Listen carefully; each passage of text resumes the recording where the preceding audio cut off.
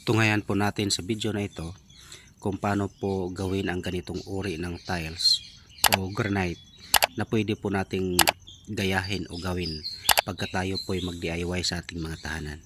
So panoorin po ninyo hanggang sa dulo.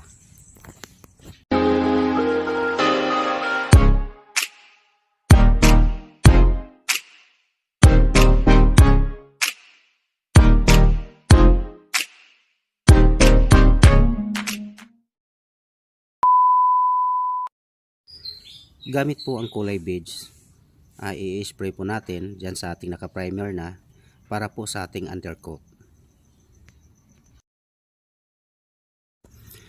Maple na oil wood stain po. Ayan po ang gagamitin ko. Pwede rin naman walnut dahil dark din naman. At haluan ko po ito ng tinting color na lamplak. Ayan. Naway magustuhan po ninyo ang ating video ngayon at alam ko po may matutunan po kayo dito.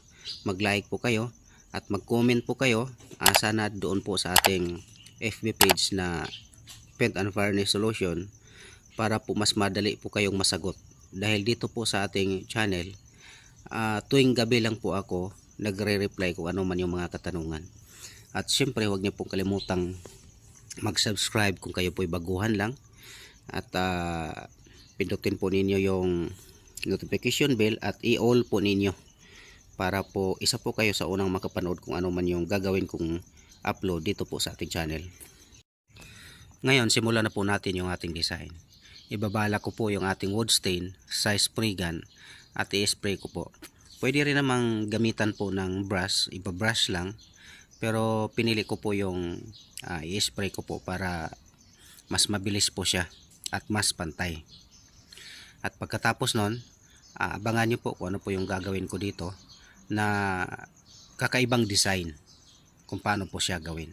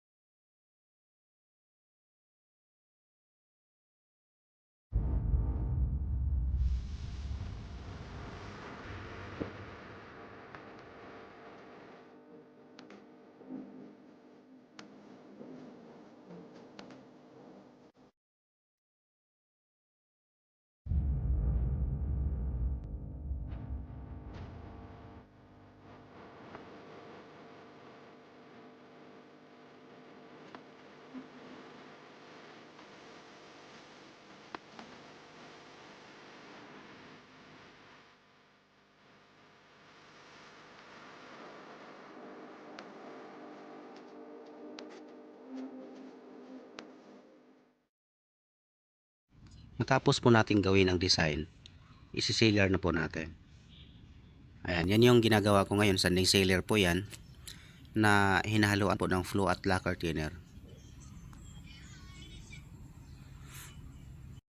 Matapos po nating patungan ng sanding sealer ng dalawang patong at maliha, ngayon po itatapot na po natin gamit po ang clear gloss lacquer. So gagawin po ito ng dalawang patong.